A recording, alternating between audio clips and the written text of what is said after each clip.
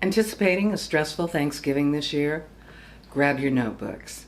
Holidays are full of expectations, so why not milk them for their maximum story potential?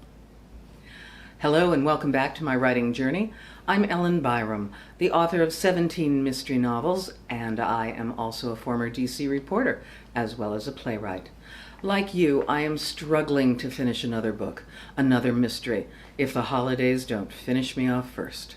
I'm here every week with gossip, remarks, and information about writing and publishing. If you like that, please hit the like button and subscribe to my channel.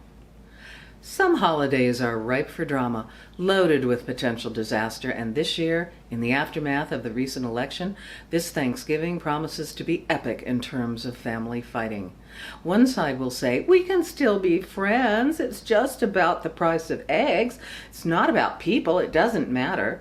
The other side will say, of course it matters, it's about basic human morality and human beings. That is a divide that's hard to cross. But some will try and come away crying. Unfortunately, you'll probably still be family. If your family is divided politically, maybe you've taken the smart choice to celebrate separately this year. If not, lift your pens and jot down the insane things they say and make sure they see you do this. It will drive them bonkers. And bonus points, it's deliciously passive-aggressive. You can always say, I'm just counting my blessings. And by the way, the turkey is dry. Even if you're on the same page politically, you can rely on those traditional holiday themes of anger, family separation, clashing personalities, psychopaths, narcissists, and murders. Having to eat your aunt's pumpkin pie when you hate it. The usual. Become a vegan, just for fun, just for the day. But while everyone else is drinking, releasing their demons, you need to stay sober so you can read your writing tomorrow and ask yourself, is this the making of a holiday classic? I need to point out that life is not a Hallmark movie, so things may not go well by the end of the evening. If you storm out of the dinner, there should be an all-night diner somewhere for a turkey platter with gravy and a restaurant full of other escapees from the holiday table. Think of some truly classic Thanksgiving tales, like Alice's Restaurant, may she rest in peace, and many radio stations play Arlo Guthrie's song every year on Thanksgiving Day. There is also Truman Capote's The Thanksgiving Visitor. We like to watch the movie Pieces of April, which is both heartwarming and heartbreaking, and comic, highly recommended. There are also some wacky vintage compilations of holiday delights on DVD, including an absolutely bizarre 1954 Thanksgiving show with Liberace. And there are another 48 delights on this copy of DVDs. I think we all have some turkey stories in us. I wrote a tale of turkeys when I was a reporter, but it was deemed too unsavory for our readers. Here are some highlights. I interviewed an ergonomist who described to me possibly the worst job I can imagine. Ergonomics is the science of fitting the job to the worker to avoid injury, not the other way around, which is so popular. One of Ian's first jobs was on a turkey farm. This job is just one small step, possibly the first on the long road to getting that tasty roast turkey on your table for Thanksgiving dinner.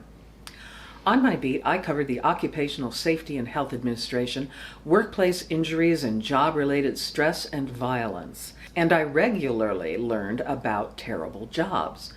This is certainly in the top 10 terrible jobs of all time. And I guarantee you, whether you're employed or not, and whatever it is you do for a living, you will be thankful you do not have this job. This was perhaps 25 years ago or so. And I have no idea if this job is still in existence. Maybe they have found a way to automate it. One can hope. At any rate, this story is rated PG-13, and it's about turkeys before they ultimately get turned into dinner. So stop now if you're easily offended. Or a vegan. I will try to use euphemisms where I can. Ian, the ergonomist, was called in to address injuries being suffered by women working on a turkey farm in Canada. The female workers reported chronic shoulder and wrist injuries. The stressful part of their job was holding the tom turkeys firmly with one arm, while with the other hand manually encouraging them to donate their sperm in order for the turkey hens to be artificially inseminated. It required a willing turkey, a supple wrist, and a little glass tube. These were the turkey jerkers. The workers' problems were exacerbated because, well, the tom turkeys really enjoyed this part of the process, so much so that after making their donations, they would line jump to take another turn with the turkey jerkers. But the second time, that tom would take much longer to deliver the desired results, if at all. Bad for productivity and the women's wrists. There was no system to determine which turkeys had already donated, and to make it worse, Ian said, the tom turkeys were huge, up to 50 pounds apiece, and very excitable, while most of the workers were very petite women, with sore shoulders and aching wrists. And for the Washington, D.C. attorneys who represent businesses and argue that up is down and night is day and there are no such things as work-related musculoskeletal disorders, just save it for the turkeys, okay, guys? Ian set out to find a solution. A couple of fixes to address the shoulder injury seemed relatively easy. He had stands constructed so the big wiggly birds could rest on them, instead of the tiny women struggling to hold them up. He devised a labeling system. Birds now wore colored rings around their necks to determine whether they had donated that day, so they could be separated from the rest of the turkeys waiting their turn. He also found a very creative solution to the wrist injuries. But I cannot tell you because who knows what kind of community standards it would violate. Trust me, it was effective and humorous, and it may have involved personal massagers and clerks asking, "How many do you need? Really?" However, I will link my original article below in the description so you can find out the solution. Some people find it very funny. You'll be so thankful turkey jerking isn't your job. Your job this Thanksgiving is to take a little distance from this family nonsense and friends and get together and take notes and write.